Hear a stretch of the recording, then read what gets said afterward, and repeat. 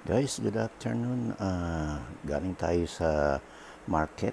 Bumili tayo ng iluluto natin kasi mula kahapon ay bumibili lang tayo sa resto ng ating kinakain. Medyo busy tayo at medyo hindi natin na maharap ang pagluluto. But this time, I said to myself, I need something na yung ako mismo magluluto na aking kakainin dahil nawawala ang aking appetite pagka binibili ko lang sa resto ang aking kinakain. Of course, siyempre, mas gusto mo yung luto mo, ikaw nag-prepare, at ikaw alam mo kung gaano mo niluto yun. Ganyan naman talaga ang mga nagluluto. Sila ang unang umahanga sa kanilang niluluto. Sino pa ba? Siyempre, ikaw muna before others, di ba? Kaya ganun ang ginagawa natin. So this time, we went to the market. Actually, I went to two markets, one at Seafood and one at John's Market. So what I did is to buy what is available in Seafood and what is good to buy in John's Market. So ang mga binili ko sa Seafood at saka sa John's Market ay hindi ko na isa-isahin.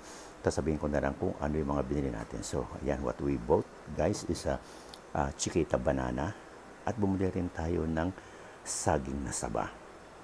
Dahil bala kong humigop ng mainit na sabaw ngayon. Sabi ko puro sinigang. So ang gagawin ko naman ngayon ay lalaga ako ng chicken with fork. Pagsasamahin natin yon para medyo may sabaw tayo. Siyempre konti lang dahil lalo ng mga nilaga hindi masarap na may leftover yon.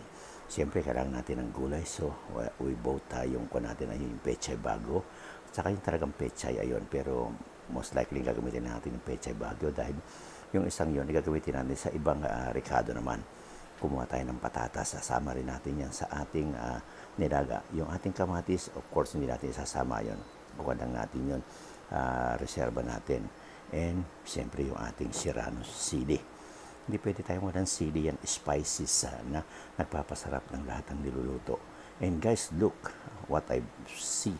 Nakakita tayo ng super sale of the week. Itong white sweet corn. It was sold it was sold for 3,499 cents. Ibig sabihin for $1, tatlo. Usually yan is more than $1 or $1 a piece. So dahil naka-sale siya, hindi naman tayo pwede bumili ng marami dahil sayang naman pagdating na isang linggo, hindi na masarap yan pag di mo na iluto. Wala nang pinaka-sweet niya, sour na sa atin.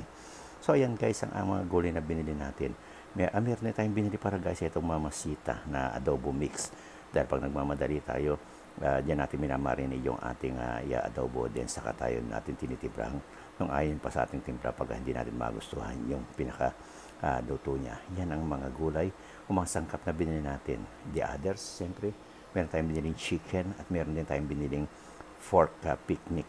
Yung ginagamit natin sa adobo o pwede natin gamitin din yun sa pangsama sa mga gulay o whatever. Siyempre dahil yun yung mga walang buto, yung pork picnic, ibig sabihin yun yung laman, yung parang pigi niya, bat. Sabi nga sa pigi yung kinukuha. So guys, ayan, pinakita ko na sa inyo yung binibit or not, how much it cost me. All in all, I bought, ang aking total sa seafood ay $22 and 37 cents. At dito naman sa Jones ay $15 and something. So I just spent $37. Itong halos isa o dalawang beses lang nating menu. Ganyan na talaga kagrabe. Wala na tayong makikitang mga murang bilihin. Pero kainaman nito, marami tayong pwede naman tayong magluto ng tamang-tama lang sa atin. Unlike if I go to resto, ang pinaka-minimum natin mabibili is $18 pera pa tax. So almost $20 sabi mo na. So miss comparative, miss economical, yung ikaw ay magluluto na lang at gusto mo pa ko ano ang luto, yung sarap talaga, yung timpla magagamit mo. Okay guys, yan ang pinakita ko sa inyo. Balik, punta naman tayo sa kusina, pakita ko sa inyo yung binili nating dalawang meat na binili natin, yung chicken at saka yung pork picnic bat. Ayan, okay. Ayan naman guys, yung binili natin na yung isa sa Jones, yung tinatawag nating chicken. Tama-tama lang sa atin yung siguro 2 pieces or 1 piece. Yun ang gagamitin natin. Sasamahan natin na itong ating pork butt picnic. Ayan, ang lalaki ng ginawang hiwa. Siguro hiwain ko pa ng dalawa. Ayan, makita nyo itong for chicken na yun, that cost me $7. Ito namang pork picnic na ito is close to $14, $13 mahigit. So, ayan, guys, ayan, pinakita ko na sa inyo. So, kukuha tayo ng pork, kukuha tayo ng chicken, at saka tayo haluan natin ng tinatawag nating yung pinakasaba, yung patatas, yung tinatawag nating pechay bagyo. Hindi na tayo kumuha ng string beans dahil napakamali string beans dito is $5 a pound. Hindi na lang kumuha ng mga others, yung mga iba din naman natin kinakain. So, yun ang pailalagay natin. Siyempre, ayun, may patatas, meron tayong tinatawag na saba, at meron tayong tinatawag na yung pechay bagyo. Okay na yun. Ang pinakamahalaga may sabaw tayo. Of course, guys, nakalimutan ko.